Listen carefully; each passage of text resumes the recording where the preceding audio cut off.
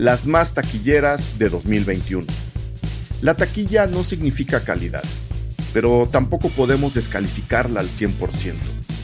Desde sus números siempre podemos dar una lectura especial a la gran industria y, por supuesto, a ciertas películas que no necesariamente buscan grandes números en ventas y que de repente muestran resultados interesantes.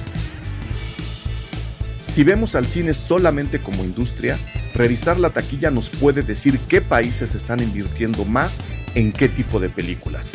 Esos, sin duda, son datos importantes. Veámoslo desde el otro lado. ¿A qué tipo de películas le está dando su dinero la gente? ¿Queremos mantener esa oferta en la cartelera? Por eso creo que es muy necesario revisar semestre a semestre al taquillómetro mundial. Y para hacer la revisión de fin de año, nos acompaña nuevamente Edgar Apanco, el mejor analista de la industria cinematográfica que tiene México. Estas son las películas más taquilleras de 2021. De eso trata este episodio. Yo soy Eric Estrada, esto es Cine Garage. Aquí cabe todo el cine.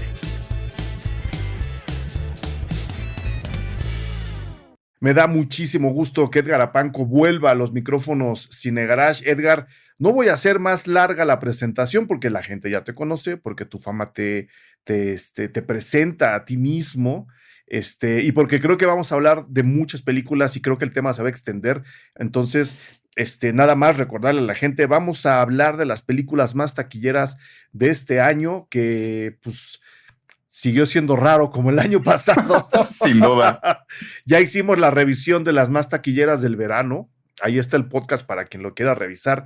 Y vamos a ver cómo se trasladan algunas de ellas para acá, si es que lo consiguen o no. Edgar, bienvenido a los micrófonos Cine Garage. Eric, qué gusto estar otra vez aquí para hablar de este tema que en particular en estos 2 años de pandemia no deja de llamar la atención todas las cosas raras que hubo, todas las reincorporaciones. Están otra vez los superhéroes por ahí. Hay algo de animación en este conteo.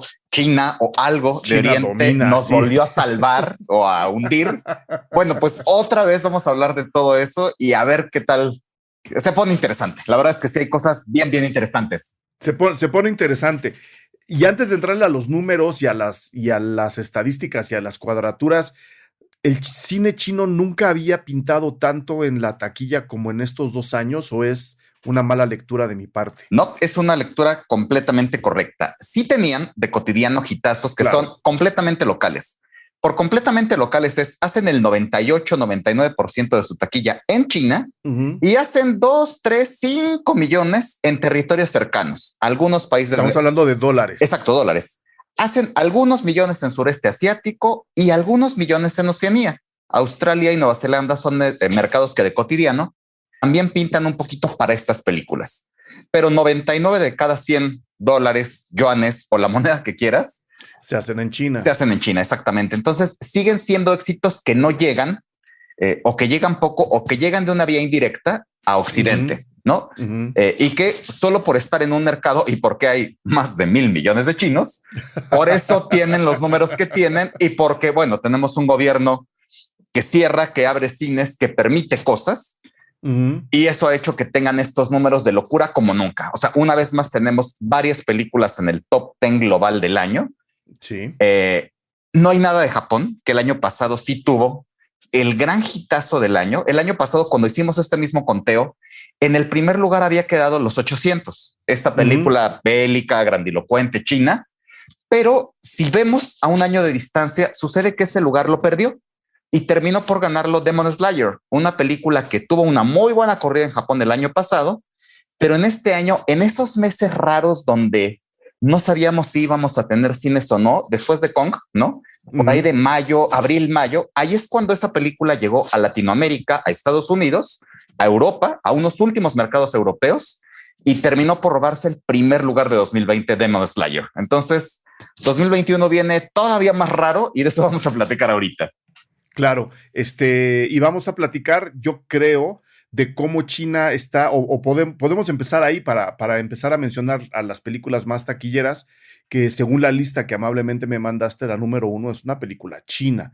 Es una película china que, ahora que describías, ¿no? En dónde pega tradicionalmente el cine chino fuera de sus más allá de sus fronteras, fuera de sus territorios, pues bueno, es la zona en donde evidentemente hay migración china y están Exacto. haciendo películas como para que la gente que está viviendo fuera de China pueda seguir conectada. Lo mismo que ocurre con los migrantes mexicanos, ¿no? Exactamente. Mucho del éxito de Eugenio Derbez en la taquilla gringa se debe a la gente mexicana que vive allá y que evidentemente cuando dicen hay una película mexicana con Eugenio Derbez la van a ir a ver por más de una razón que no viene al caso explicar en este programa. China hace lo mismo y por eso están los números que vimos el año pasado y por eso no debería sorprenderle a nadie que China haga mucho dinero en Australia. Australia es un territorio, bueno, los chinos migran a todos lados, ¿no? Tienen esa cualidad, están en todos lados. Exacto. Y Australia es un destino grande para ellos. Entonces, por eso pegan las películas ahí. Ahora, tú decías, o estamos tratando de entender, están haciendo películas para los chinos. Entendiendo a la misma zona, creo que China ya le está jugando algo todavía más grande. Porque la primera película, corrígeme si estoy mal, La batalla del lago Changjin, que es la película más taquillera del año, luego damos las cifras como para dejar eso hacia el final, es una película que está ambientada en la guerra de Corea. Sí. ¿No? Y luego hay, ahora me explico, luego hay otra película que se llama Detective Chinatown 3, ya daremos su posición, que está ambientada en Tokio. Sí. Es decir, los chinos están diciendo, ya tenemos a nuestro mercado natural volteando hacia las películas que salen de aquí, ahora vamos a contarle a la zona historias que le pertenecen a la zona. Ahí va una historia para Corea, que está hecha en chino, con actores chinos, ¿no? Y ahí va una historia que ocurre en Japón, con un actor chino, un actor filipino, no tailandés, y un actor y varios actores japoneses. Y están tratando de cimentar ya finalmente o de dejar mucho mejor parado su propia oferta hacia una zona que económicamente y poblacionalmente es poderosísima. Creo que va por ahí, Edgar. Están haciendo dos cosas. Están haciendo como un movimiento de tenaza. Por un lado, siguen seduciendo a su público con historias completamente locales, ¿no? Una de las películas del top 10, Mi familia, mi país, ¿no? Que forma parte de estas películas tremendamente nacionalistas, son para público interno porque son historias internas, pero también tienen esta mira hacia región. Así como Estados Unidos durante un momento dijo, bueno, vamos a hacer películas que sean atractivas para Occidente, para Latinoamérica, para Europa. Los chinos están haciendo exactamente lo mismo, ¿no? Sí te cuento una historia que tiene que ver contigo, Corea. Sí te cuento una historia que tiene que ver contigo, ¿no? Algún país del sureste asiático, ¿no? Tailandia, de cotidiano les gusta trasladar sus comedias a estos países porque es el choque de culturas, ¿no? Claro. Así como otras películas han jugado también con este choque de culturas italianas, francesas, españolas, mexicanas. El propio Derbez, ¿no? Exacto. Como han jugado con esto, el No se aceptan devoluciones es el mejor ejemplo. Lo mismo están haciendo ellos. Están haciéndole guiños a sus vecinos y también están ya teniendo mayor intercambio en cuanto a películas. Ya es común ver películas chinas que se estrenan de cotidiano, películas japonesas que de cotidiano se estrenan en China o películas, una vez más, japonesas, pero de años atrás que no habían tenido oportunidad de estrenarse. Vamos a dar oportunidad de que lleguen, aunque sea tarde, a este mercado, y ahí están, ¿no? Entonces sí están haciendo guiños al mercado interno y a los vecinos. Están seduciendo a la región. Y por otro lado, Hollywood tiembla, ¿no? Porque en la lista, si nos ponemos estrictos y decimos que la nueva película de James Bond no es gringa, sino británica, ¿no? O sea, sí industrialmente pertenece, ¿no? Al universo Hollywood, pero pues no está ahí.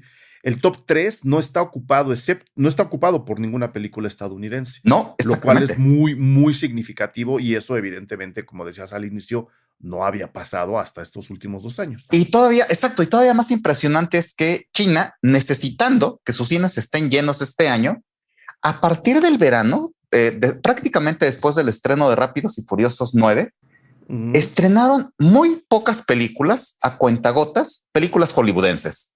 Es que mira, vienen todas las de Marvel, no estrenaron una sola de Marvel, nada.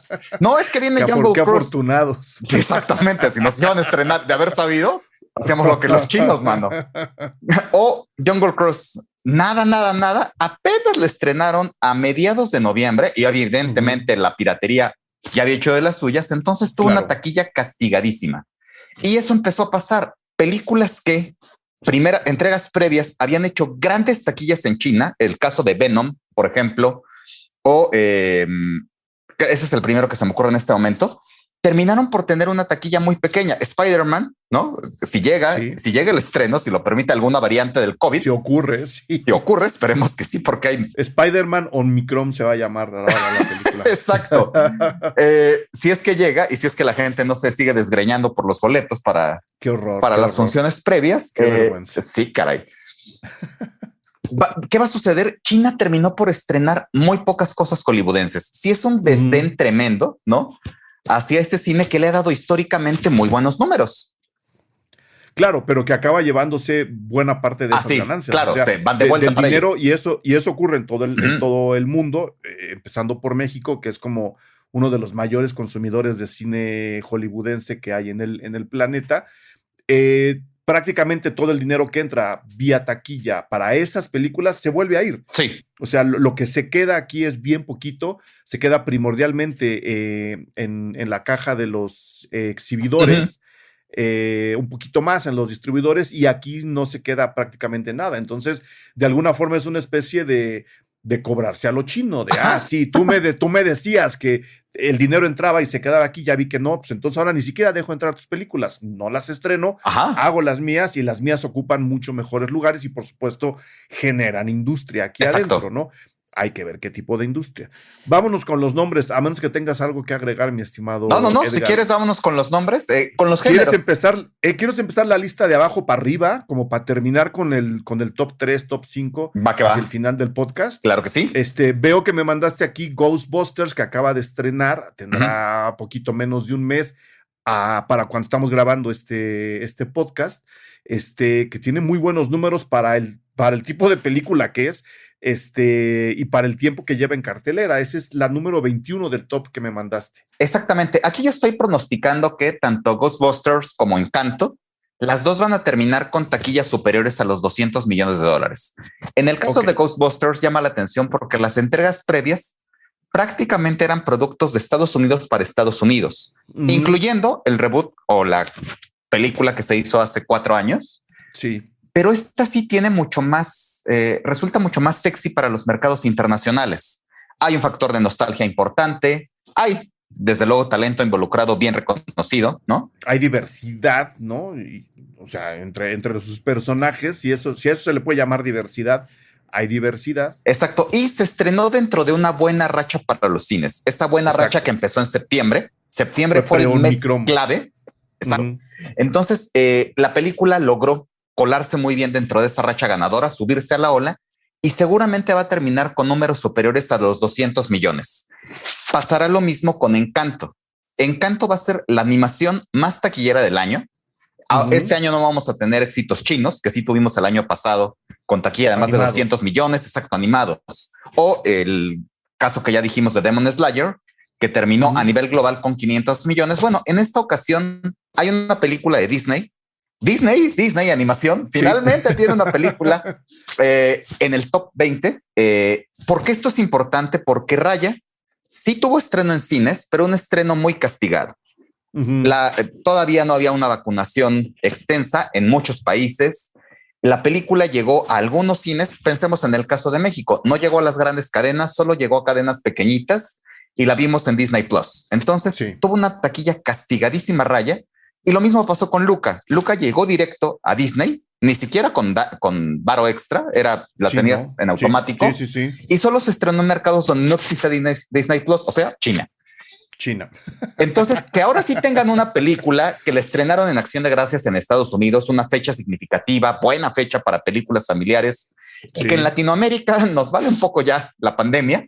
Entonces va a hacer buenos números en ciertos mercados y va a terminar las dos, tanto Ghostbusters como Encanto, arriba de 200. Arriba de 200. Arriba de 200, con todo y que desde mi punto de vista son películas muy menores. Ujú. O sea, Ghostbusters tiene lo suyo, como dices, apela a la nostalgia. Yo creo que abusan en Sí. muchos sentidos. Ahí está mi texto ya para aclarar cosas. Y Encanto, de todo lo que he visto de Disney a últimas fechas animado, la verdad se me hace la peor de todas, por muchísimas Ah. razones, ¿no?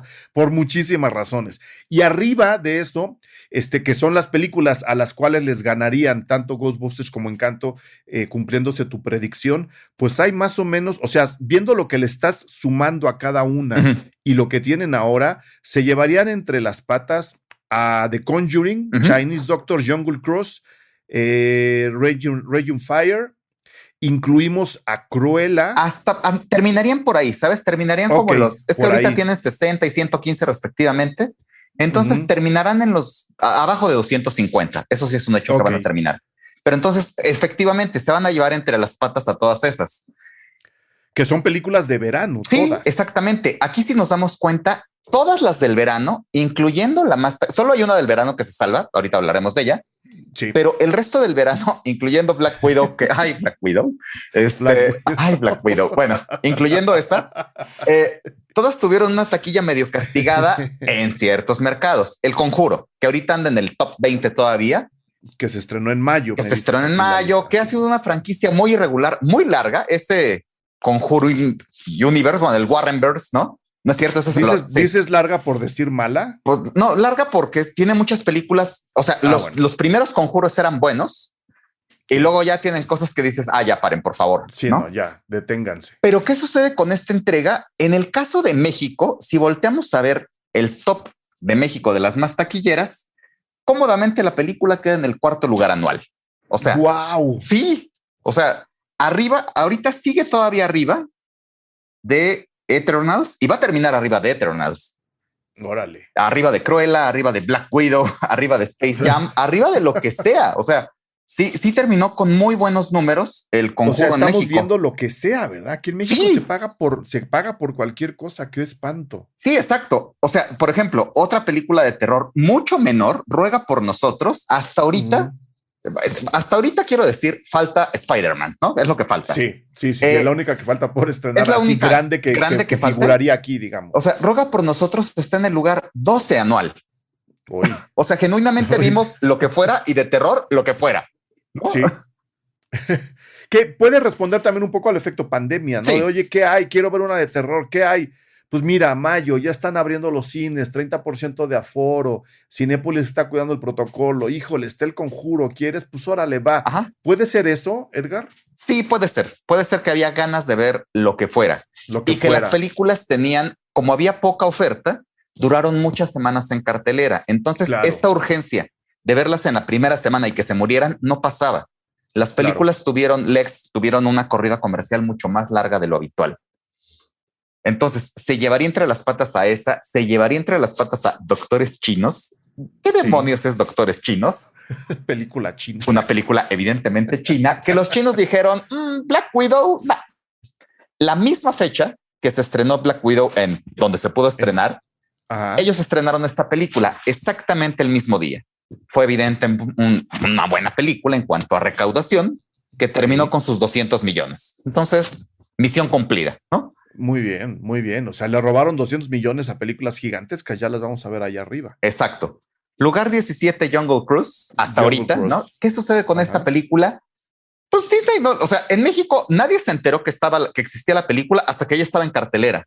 Sí. Tuvo un debut tan desastroso para que veamos el nivel de desastre que fue en México, que se estrenó peor que Aviones 2.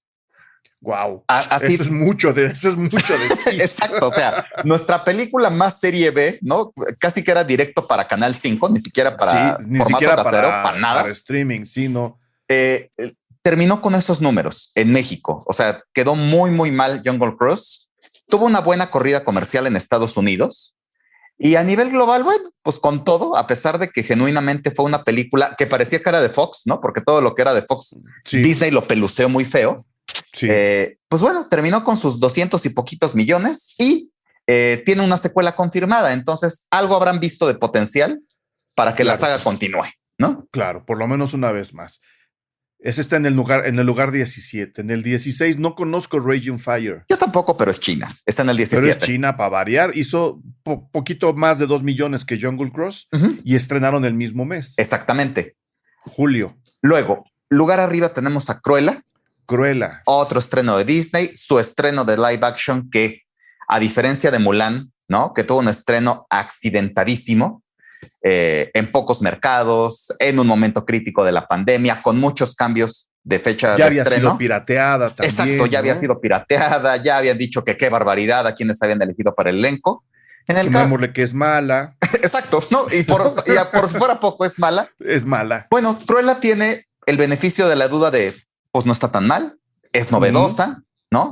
Es un estreno muy Disney, un poco disruptivo. La protagonista es bastante más famosa, ¿no? Exactamente, la protagonista y la villana, bueno, quien quieras tomar como una o como otra, son bastante más famosas y talentosas, ¿no? Sobre todo famosas. Y entonces la película terminó por tener una buena corrida comercial, bueno, unos buenos números en su propia plataforma. Y en los países donde se estrenó a la sombra de Un lugar en silencio en Estados Unidos, y en otros mercados se pegó a El Conjuro, es decir, era el counter programming, ¿no? La película, si no querías ver la de terror, estaba esta.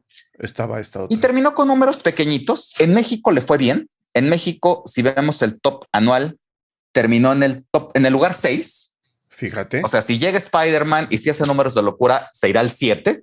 O sea, es una película que termina bien, que termina con buenos números y lo mismo, con secuela asegurada. Entonces, claro, Disney está viendo algo que nosotros no alcanzamos a ver con estos números pequeñitos. Claro. Ahora hay que aclarar, estamos hablando de la taquilla universal de todo el mundo, ¿no? La mexicana, ahí les vamos dando los datos, ella nos acomoda muy bien las películas, pero bueno, Cruella, que está en el que quedamos 6 de México. En el 6 de México, así es. Está hasta ahora en el 15 del planeta, y si se hacen realidad los pronósticos de Edgar, que normalmente ocurre, acabará en el 16 o en el 17, Cruella, ¿no? Exacto, en el 20. A final de cuentas, terminará en el top 20, lo cual no está mal. Nada mal. Y luego la china que decías, My Country, My Parents, está en el número 14. Exacto, que esta es la tercera parte de una serie de pequeñas viñetas. Estas películas se forman a partir de cortometrajes que son muy patrióticos, en tono de comedia por lo general. Ya había habido un estreno hace 3 años. El año pasado, en plena pandemia, estrenaron la segunda parte que hizo $400 millones. Fue una de las 3 más taquilleras del año. Un año castigadísimo. Este año son la mitad. Exacto, ya llegó muy desgastada. Se enfrentó también contra el fenómeno que fue el primer lugar del año, ¿no? Sí. Es como cuando en México se estrenó Nicté frente a Avatar. Pues no hay que hacer, no hay nada que hacer, ¿no? Más que llorar. No había mucha matemática, ¿no? Exacto, Scott Pilgrim contra Toy Story 3. ¿En qué cabeza pues no. cabe? Claro. Pues entonces, sí, pues le fue mal, ¿no? Le fue muy feo a esta pobre película, pero muy feo con 230 millones, pues yo creo que se están secando las lágrimas con billetes. Claro.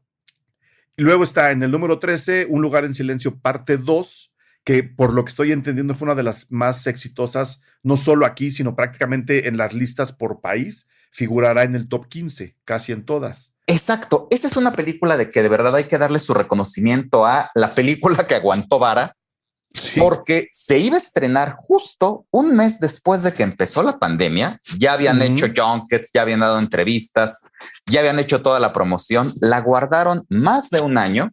Se estrena hasta el verano de este año en fechas distintas, en distintos mercados, y le va bien. Y no solo eso, ¿tendrá que ver, Edgar, que no está tan pirateada? También puede ser eso. Y que es que es eso, era una experiencia que aunque no era una experiencia que genuinamente querías ver en cine. Como sabemos que la película, gran parte de la experiencia la hace la atmósfera, el sonido, es una experiencia que se debe vivir en cine, ¿no? Creo que todos teníamos entendido eso.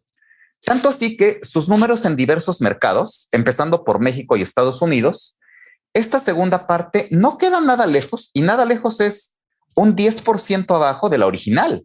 Y para hablar de tiempos pandémicos, y una secuela de terror que normalmente bajan mucho en taquilla, son números realmente encomiables. Lo que logró esta secuela le fue muy bien. Llegó a casi 300 millones globales. Sí. Le fue bien en cuanto a crítica, no fue despedazada, fue, era un tanto innecesaria, pero que divertida, les quedó bien. Entonces, de verdad que se merece el premio a aguantar vara y hacer las cosas bien. Una secuela que supo hacer las cosas bien de todo a todo. Muy bien. Y me da gusto porque sí, la película lo merece, ¿no? Por muchas razones que ya dijiste. Luego Free Guy, que es una película tan anodina como el lugar que ocupa. Ni está abajo, ni está arriba, no está ni a la mitad. Está en el lugar 12. Exacto. Una cosa que Disney pensó lo mismo que tú. ¿Cuándo la estrenamos? Agosto, ¿no? Sí, agosto. Y le fue bien. Digo, ahí creo que se vale mucho de que la película no duele, entretiene, ¿no? Entretiene bien. Ryan Reynolds funciona muy bien para este tipo de personajes. Se enfrentó también a fracasos importantes en ese momento del verano, como el Escuadrón Suicida. Sí. Entonces, si le está yendo mal a esa de superhéroes, tienes la opción Safe, que era esta. También punto importante para esta película. La fórmula segura, digamos. Sí, ¿no? La fórmula segura, y esta sí tuvo estreno en China. Y en China hizo más de 90 millones de dólares. Quedó 95. Pues sí.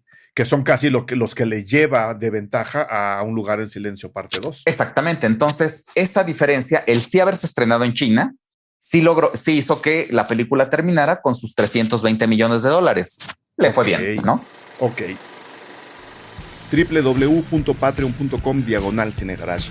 Vengan, hagan clic en esa liga, suscríbanse a la comunidad Cinegarage. Van a recibir una cantidad de premios y de recompensas bien divertidos, bien interesantes, pero sobre todo van a entrar a un grupo en donde estamos conversando, debatiendo de lo que nos gusta y de lo que nos mueve, todo a través de las películas. Hay además contenido exclusivo de estrenos y festivales de cine y muchas otras actividades. En esta ocasión, de verdad, mil gracias a Chuck Franco, Mario León de la Rosa, Mafer Vimiaga, Valeria Valladares, Cristian Flores, Gonzalo, Pedro Villa, María Rosa Valencia, Luis, Oxana Cortés, Ricardo Ortega. Ellos y ellas son solo una pequeña parte de la enorme comunidad Cinegarage que cada vez alcanza más sitios, más ciudades, más lugares, más países. Estamos ya por todos lados. Vengan, súmense y debatan con nosotros, platiquen con nosotros. Es lo que el mundo necesita. www.patreon.com/Cinegarage. Y ahora entrando al top 11, que es donde vamos, al top 10 en realidad, porque la lista es de 21, hay un fenómeno bien raro, bien interesante, que también tendrá que ver con el efecto pandemia. Solamente una película del top 10 estrenó en verano. Todas las demás estrenaron en febrero, septiembre. Bueno, julio se cuela ahí con Black Widow. Pero va a salir del top 10. O sea, si damos por descontado que dos películas la van a rebasar en los siguientes días de diciembre, en algún punto de diciembre, solamente hay una del verano. Black Widow queda en el 11. ¡Qué dolor para Disney! Sí. La única que quedaría como película de verano, que son las que tradicionalmente se llevan la taquilla, es Rápidos y Furiosos 9. Ahora decimos en qué lugar. Qué fenómeno tan raro, ¿no, Edgar? Que el verano no esté dominando la taquilla este año. Exacto. En realidad pareciera que el verano, en efecto, no fue verano, que se recorrió y que empezó el 1 de septiembre. ¿Cuándo empezó? O sea, ¿cuál pareciera que fue su fecha de arranque? El fin de semana de verano, el fin de semana cuando acaba el verano en Estados Unidos. Claro. Que es climático. Que es Memorial Day, que es un fin de semana que de cotidiano las películas mexicanas, las de Derbez, o las de Los Huevos, o las de Omar Chaparro, o las de Jaime Camil, utilizan o las de Marta y Gareda también, utilizan ese fin de semana para que los paisanos vayan y vean cine mexicano en ese fin de semana, que ya es muy despreciado ya. Bueno, este fin de semana Disney dijo, pues ya me fue mal, ¿no? Vamos a estrenar. ¿Qué más puede pasar? Ándale, ya que sale el mentado Shang-Chi, ¿no? Ya sin Disney Plus, porque nos fue muy mal con esa estrategia. Hasta inventamos que había números de Black Widow y no sé qué tanto. Le estrenan y pum, les va bien. ¿No? Entonces, maldito Disney. Sí. Entonces, sí, Black Widow terminará por salir de ese top 10 del verano. De ese top 10. Ajá. Y el verano propiamente se trasladó el punto cumbre de este año fue septiembre-octubre. Fueron los mejores meses de taquilla del año. Que son los meses de semáforo verde en todo el mundo, digámoslo así. Exactamente. ¿No? O sea, las olas no han coincidido en todos los países, Tuvimos un septiembre-octubre, incluso finales de agosto, septiembre-octubre, de verano de semáforo verde en prácticamente todo el mundo. Fueron como los meses que se nos dieron de descanso antes de que Omicron haga de las suyas. Ojalá eso no ocurra, pero fue como un fenómeno también mundial, ¿no? Sí. Eran meses en donde la gente empezó a salir y evidentemente empezó a ir al cine. Exactamente, y mercados muy castigados como los europeos que estaban cerrando, abriendo, algunas regiones sí, otras no. Finalmente, en estos meses ya de otoño, finalmente se abren, ¿no? Y el público en Estados Unidos que estaba muy renuente a regresar a las salas, finalmente ya regresan. Sí fueron los meses buenos y los 4 del verano, pues hay más o menos, ¿no? Claro. Pero a ver, entonces, si tenemos en ese top 10, top 11 a Eternals, a Dune y a Black Widow en el lugar 9, 10 y 11, y 2 películas de ahí, de esta lista, cuando se cierra la taquilla universal con el año, suben, estamos hablando de que Black Widow, Dune y Eternals salen del top 10. Las tres, no solo Black Widow, no, sino solamente las tres, ¿no? Black Widow se va al 11, se reordenan. Black Widow quedará en el 11, a reserva de lo que haga Spider-Man, que no sabemos hasta dónde llegará. Estoy contando Spider-Man, claro. Si entra Spider-Man, sí se recorren todas y solo quedará una. ¿Cuál es la más probable que quede? Eternals. ¿Por qué? Porque sigue en cartelera todavía en diciembre, va a tener buenos números, y a Dunas únicamente le queda Australia como mercado grande. Y ya está en plataformas, además. Y ya está en plataformas. Entonces va a ser una de las películas sí castigadas por eso, y es muy triste porque va a ser el estreno más grande de Warner de todo el año. Warner, que fue el primer estudio que anunció esta modalidad híbrida que le dio, ¿no?, el soponcio a todo mundo, ¿no? Empezando por talentos, por directores, por este anuncio de pues vamos híbridos. Es la película que registró mejores números para el estudio a nivel global, junto con Godzilla también es de ellos, sí. Pero en Estados Unidos fue la de los mejores números y a final de cuentas va a quedar fuera del top 10 anual. Entonces sí es un poco triste que salga igual por la experiencia que significaba. Va a quedar fuera. Black Widow también, ¿no? Sí. Ahí hay 1,000,000 razones que se pueden dar de esta situación. Llegó muy tarde, nos agarró cansados, ya habíamos tenido nuestra cuota de Disney Plus. Es una mala película o es una película mediocre en el peor de los casos, y no hay nada como eso para el universo Marvel. En el mejor de los casos. En el mejor de los casos es mediocre. No en el peor, sino en el mejor. En el mejor, sí. ¿No? Que eso es lo peor que le puede pasar al Marvelita, ¿no? Porque estás acostumbrado a cierto delivery, ¿no? De lo que te va a dar Marvel. Entonces, pues la película va a terminar fuera de la historia, es decir, fuera de ese top 10 anual. Fuera de los números, claro. Exactamente. Y es una pena porque revisando así, sin detenerme mucho, si hiciéramos un top 3 de las películas que yo considero de mayor calidad, sin haber visto las chinas, lo aclaro mucho, lo quiero dejar muy claro, si yo de lo que he visto aquí dijera las 3 películas que realmente pueden ser consideradas películas decentes, propositivas, interesantes, entretenimiento de calidad, sería Sin Miedo para Morir, sería Un Lugar en Silencio 2 y sería sin duda Dunas. Entonces es muy triste que Dunas salga de esa gráfica histórica, como dices. Sí, exactamente. ¿Y cuál sí puede terminar dentro de la foto? Eternals, ¿no? Una película que se estrena, afortunadamente para la película, en un buen momento. Venimos enrachados ya de ver películas como la del James Bond, de películas como Venom, de películas como Duna, y entonces le toca esa buena racha. Tiene unas críticas que, bueno, es la peor calificada del universo del Marvel Cinematic. Es gris. Sí, gris. Exactamente. O sea, es un bostezo gris de 1:40. Exactamente, no duele, es decir, dices, pues no está tan mal, creo que eso puede ser lo peor, ¿no? No duele, pero a ver, Edgar, un mejoralito tampoco te duele, pero tampoco te hace bien. O sea, si hablábamos de mediocridad en Black Widow, Eternals anda por ahí. Sí, exactamente, por ahí anda que dices, pues sí, estoy propositiva, ¿no? Pero es completamente olvidable. Termina la película y ya ahí se quedó, ¿no? Sí. Creo que lo más memorable es Salma Hayek, ¿no? Conmoviéndose, haciendo buenas entrevistas, ¿no? Sí. Entonces, eso termina por ser lo más memorable de la película y al parecer va a ser la segunda película de superhéroes, hay una más arriba, que terminará con más de 400 millones globales. Ok, y la que está más arriba es justo Shang-Chi, ¿no? No es cierto, hay 3 películas de superhéroes. Sí, arriba, un lugar arriba está Venom, Shang-Chi y Venom. Ok. ¿Qué sucede con las tres? ¿Qué tristemente tienen las tres en común? Ninguna se estrenó en China. Ok. Eso es lo que tienen en común. Lo cual refuerza nuestra teoría de que China está reforzando su propio mercado. Así es. ¿Sabe de qué películas defenderse? ¿Podríamos decir tanto?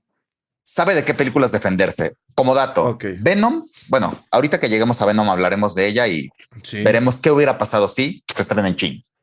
Ok, pues dinos de una vez, porque en medio está, bueno, abajo está, después de Black Widow, hacia arriba, Shang-Chi, que también es una película completamente intrascendente, pero que tiene nada despreciables $418 millones de recaudación, habiéndose estrenado en septiembre. Así es.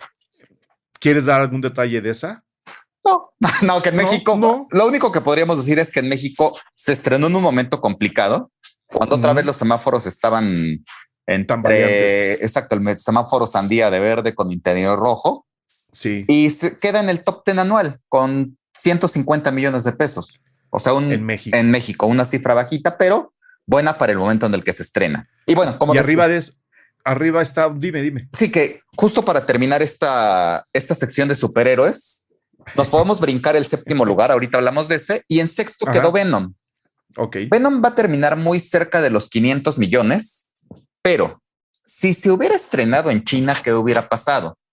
La primera de Venom le fue bien en Estados Unidos para hacer lo que es, pero en China superó por mucho lo que hizo en Estados Unidos. En Estados Unidos la anterior hizo 213 millones y en China hizo 260. Entonces, si esto hubieran dado por esos números de 260, sería la película hollywoodense más taquillera de 2021. Pero en el mundo, ¿no? No se estrenó en el mundo, exactamente. Sí. En el mundo andaría rebasando a la de James Bond, pero no se estrenó. Sucede que no se estrenó en China. Capaz que se estrena, pero como va a llegar tarde, pirateada, sin momentum. Claro. Pues ya no va a pasar nada. No podemos garantizar tanta recaudación. Exacto. Entonces ya se quedó con esa taquilla de 500 millones, suficiente para el primer lugar anual. Claro. De superhéroes. Eso de superhéroes, claro. Aclaramos, de superhéroes. Y en el caso de México, sí logró también rebasar a principios de diciembre, está rebasando los 500 millones de pesos, perdón. De pesos, que es muy poquito dinero, honestamente. Pues sí, digo, es el top 40 mexicano, ¿no?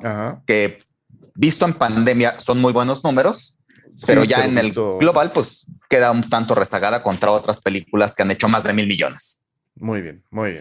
Y en medio de esas dos, de Shang-Chi y de Venom, está Godzilla contra Kong, que dijiste, vamos a apartarla para acabar con los superhéroes. Ya acabamos con los superhéroes. Si es que la familia Toretto no es considerada superhéroe, podemos dar por terminada esa. Así es, van al espacio, le salen armas de los brazos, pero no son superhéroes. Están a nada de ser Transformers. Exacto. Pero bueno, nos queda ahí Godzilla contra Kong. Exacto, que ese sí es un caso muy curioso, porque de estrenos hollywoodenses es el único de la primera mitad del año que está en el top 10.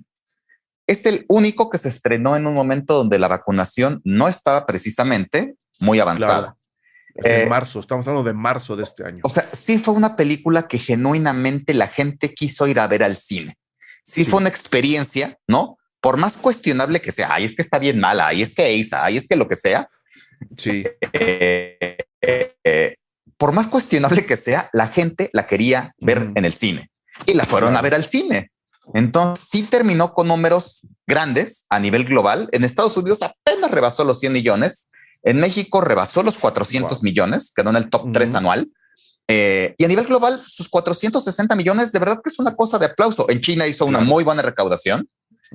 Entonces sí merece un paréntesis de el hablar de ella, porque se estrenó en un momento genuinamente complicado para los cines. Complicado, sí, de acuerdo, completamente de acuerdo. Y pues nada, en el top 5 hay solamente 2 películas que no son de Asia. Así es. Ahí la dejamos, ¿no? Sí. Échale, Edgar. Pues bueno, en el top 5 está una película que es Detective Chinatown 3, lo cual quiere decir es la que tercera parte. Ya hubo una 2 y ya hubo una 1. Es la que les decía yo, que está ambientada todo ocurre en Tokio, ¿no? Exactamente. Otra había ocurrido en Tailandia o en algún otro lugar del sureste asiático. Tailandia, justo, porque son de 3 detectives, uno chino, uno tailandés y uno japonés. Mira nomás. No son tontos. Exacto. Entonces, ¿Qué sucede con esta película? Esta película originalmente se iba a estrenar en el Año Nuevo Chino de 2020. Febrero. El primer fin de semana de febrero. China fue el primer gran mercado que cerró sus cines por el COVID. Consecuencia, este estreno, junto con otros que estaba programado para el Año Nuevo Chino del año pasado, China decidió no estrenarlo en algún otro momento, no estrenarlo en su día nacional, que es en octubre, septiembre, octubre, en diciembre. No, dijeron, nos aguantamos un año. O sea, movieron todo su calendario. Pum, vale, un año completito, y ahí es cuando estrenaron 6 o 7 películas de un jalón, que son muy buenas fechas. Entonces, esta terminó con casi 700 millones globales. Bien, la verdad. Que es muchísimo, tomando en cuenta que Rápidos y Furiosos, que está en el cuarto lugar, apenas le saca 21 millones más. 21 millones a estas escalas, gente que nos escucha, 21 millones a esta escala no es nada. No, exactamente. Sí, o sea, son 2 días de exhibición. Sí, ¿no? Tal cual. Y Rápidos y Furiosos se estrenó en todos los mercados del mundo, incluyendo China. Se estrenó en verano. De hecho, se estrenó primero en varios mercados, incluyendo China y México, y ya después llegó a Estados Unidos, ya con esa atracción. Pero para haberse estrenado en todos los mercados del mundo contra una película comedia que se estrenó solamente en uno, sí suena raro en realidad estos números. Pero bueno, a final de cuentas, ahí están Rápidos y Furiosos. Arrancaron en mayo. Mayo, junio fueron sus fechas de estreno globales. En México terminan como la película más taquillera del año. Esa es la más taquillera en México. Es la más taquillera en México. Terminaron con 521 millones y Venom terminará con 505. Entonces, bueno, pues sí queda lejos de las otras entregas. La 7, la 8 terminaron arriba de 700 millones. Ningún estrenó en pandemia. Exacto, pero para hacer estrenos pandémicos, en México no se iba a romper ningún récord. Únicamente 6 países en todo lo que va de la pandemia han tenido récords de taquilla en sus mercados, incluyendo China, incluyendo Dinamarca, que Sin Tiempo para Morir ya es la más taquillera de la historia, y otros mercados pequeños. Pero en el caso de México, bueno, Rápidos y Furiosos termina con una muy buena cifra de 521 millones, y a nivel global termina en el cuarto global, con 721. Nada despreciables. Si quieren saber por qué Rápidos y Furiosos 9 es la película más taquillera de México de este año, chequen el podcast que hicimos sobre Rápidos y Furiosos 9, ahí explicamos todo. Pues bueno, ese es nuestro top 5. El top 3, o sea, en el 5 está Detective Chinatown 3, en el cuarto lugar está Rápidos y Furiosos, no sé si quieras agregar algo, porque el número 3 es Sin Tiempo para Morir, la película más reciente de James Bond, que creo también la gente fue a ver al cine porque había que verla en el cine. Exacto, fue una experiencia. Le pasó algo muy parecido a Un Lugar en Silencio, parte 2. Sí, el estreno estaba planeado para abril del año pasado, es decir, estaban fuera de estos grandes momentos de taquilla como era el verano o el invierno. De cotidiano lo han hecho las películas de James Bond. Se estrenan en noviembre, les gusta esa fecha. Y ahora dijeron, no, pues si Rápidos y Furiosos ya ha probado repetidamente que abril puede ser un buen mes, estrenamos en abril. Pues mangos que no pudieron porque empezó la pandemia. Se aguantaron, la movieron a octubre, dijeron, híjole, no sigue muy fea la pandemia. La movieron otra vez a abril de 2021. Dijeron, híjole, no, la gente todavía no está vacunada y no van a ver a nuestra gente. La movieron otra vez, bueno, pues otra vez para noviembre, a ver si ahora sí. Después la regresaron un poquito, la empezaron a escalar, empezaron a darle fechas escalonadas en distintos mercados. Estrenó a finales de septiembre en algunos de ellos. El Reino Unido, empezando por ahí, y después Estados Unidos, varias semanas después, y terminó con una buena taquilla a nivel global. En Estados Unidos termina como la cuarta más taquillera del universo Bond, lo cual no está mal. Si pensamos que las de James Bond en Estados Unidos, de cotidiano no hacían una taquilla de locura, ¿eh? El único fenómeno que brinca muchísimo es Skyfall. Eso sí es una anomalía dentro del universo Bond. Y lo mismo pasa con las demás a nivel global. Skyfall es la única que brinca arriba de 1,000 millones globales. Y las demás tenían buenos números, pero no eran una cosa sorprendente. Entonces, esta queda dentro de la gama alta, ¿no? Dentro de las muy taquilleras del universo Bond. Queda bien ubicada en Estados Unidos en el top global. En México tampoco le va nada mal. Hasta ahorita sigue arañando el lugar 10, ¿no? Se lo quiere quitar a Un Lugar en Silencio. no está mal, ¿no? Está en el top 10, no está mal. No está mal, entonces termina con bueno, se estrenó en China, sí alcanzó a estrenarse en China, donde tampoco James Bond es una máquina de hacer billetes, terminó con 62 millones. Es un país que ha replicado muchos modelos de otras, muchos modelos de Hollywood, es decir, están haciendo comedia estilo Hollywood con dirección hacia el mercado oriental. Están haciendo cine bélico, estilo Hollywood, gran producción, pero orientado al mercado oriental.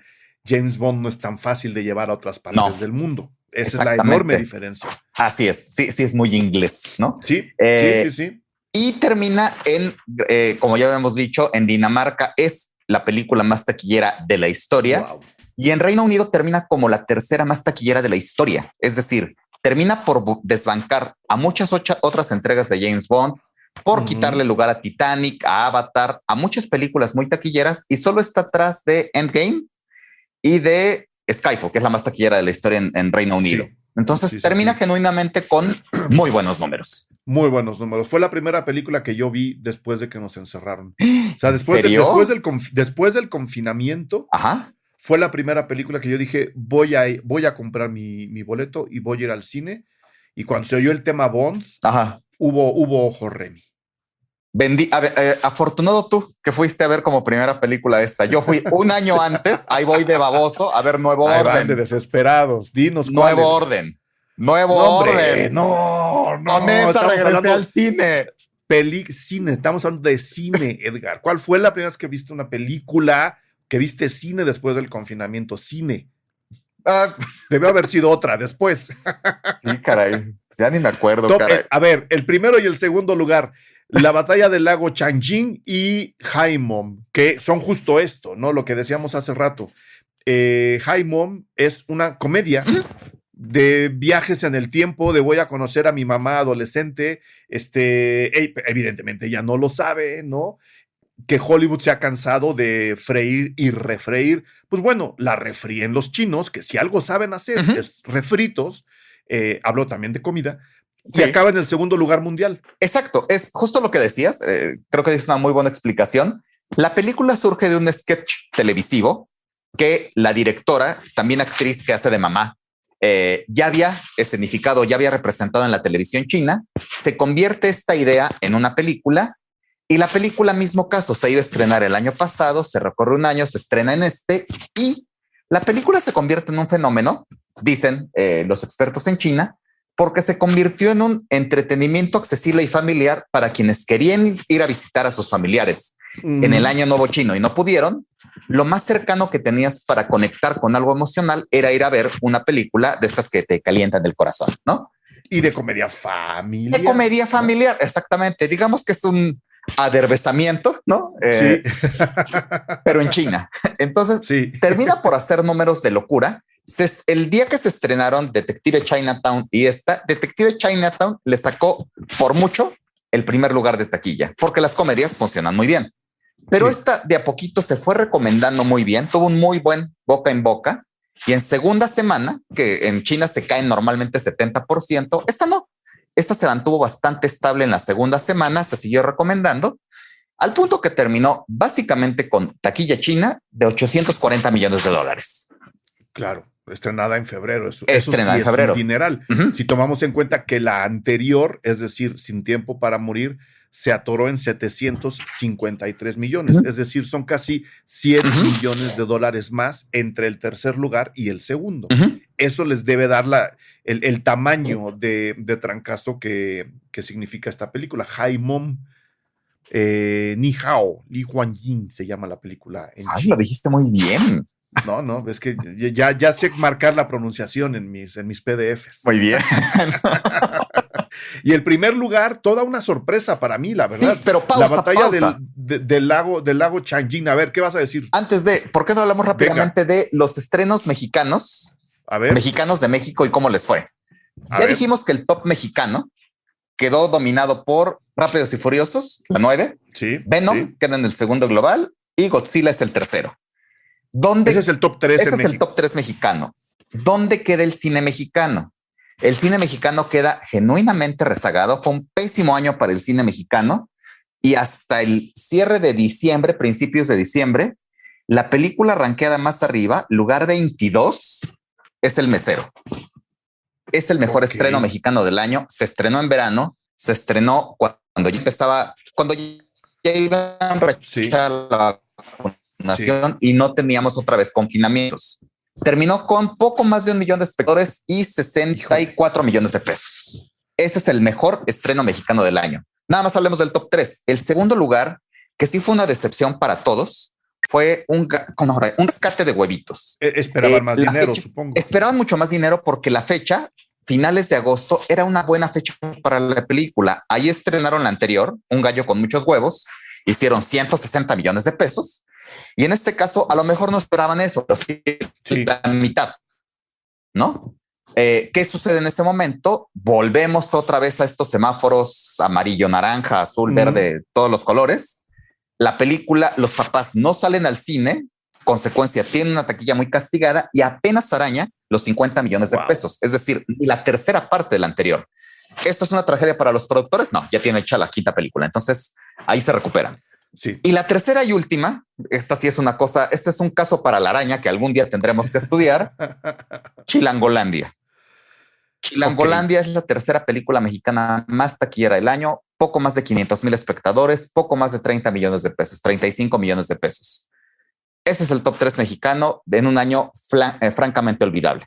Olvidable y muy peculiar, porque hubo muchas películas de gran calidad que estuvieron en cartelera una semana e inmediatamente llegaron a plataformas. Así es. No sé si la estrategia se está jugando mal, no sé si deberían correr más en paralelo más tiempo o qué, pero creo que la fórmula de una semana en cines muy pequeños, porque las grandes cadenas no están cogiendo a las películas mexicanas, como es su costumbre, ese estreno en cines pequeños solo por una semana les está jugando en contra, creo. Creo que deberían correr más tiempo esas películas en cines mientras están en plataformas, ¿no? Porque evidentemente no todo el mundo tiene un cine Tonalá a 20 minutos de su casa, ¿sabes? ¿No? La gente que vive en otros estados que podrá verlas en streaming. Creo que la estrategia les está jugando en contra y ahí se van de nuevo, se llevan entre las patas a una lista gigantesca de películas mexicanas de alta calidad, de alto nivel, de competencia internacional, de nominaciones a premios internacionales que la gente no está viendo una vez más. Y sí, es culpa de la pandemia, pero sigue siendo mucho, desde mi punto de vista, culpa de los exhibidores. Sí, así es, completamente unas estrategias muy raras. El caso de videos, algo de tilla, terminaron por mejor venderla a una plataforma de streaming. Claro, y ahí vemos sus intenciones, ¿no? La película, ahora sí, la más taquillera del año a nivel mundial, La batalla del lago Changjin, o Changjingu, que es como se llama en China, que es la película que les decía al inicio, es una película ambientada en los años 50, plena guerra de Corea, está contando una aventura de la guerra de Corea, pero la película es china. Y termina con casi, de hecho sí ya no los va a alcanzar porque ya termina su carrera comercial. Ya no los va a alcanzar, pero son casi 900 millones de dólares. Lo cual es una cifra francamente de locura. En la historia, muy pocas películas han hecho en un solo mercado tanto como esta. La última entrega de Star Wars es uno de esos casos de un solo territorio y una taquilla descomunal. Le ganó a Black Panther, que también tiene una taquilla muy abultada en Estados Unidos, y a Avengers, ¿no? Entonces, si es un fenómeno de un mercado, en esta ocasión sí tendremos una película que en un mercado termina por ser el gran éxito anual, ¿no? Ya tiene una secuela confirmada para el año que entra, para estrenar. O sea, van a hacer cine histórico los chinos. Sí, ya tiene su secuela confirmada para el año que entra. La estrenaron en una fecha estratégica. Hay buenas fechas para el cine chino. Una es su año nuevo, que es en febrero prácticamente, y la otra es en su día nacional, que es hacia septiembre-octubre. Esta coincidió con esta fecha, 30 de septiembre. Estrenan la película, termina por tener grandes números en su arranque, sigue con una muy buena corrida comercial en siguientes semanas. De cotidiano, las películas en China tendrían o solían tener una corrida comercial de 30 días.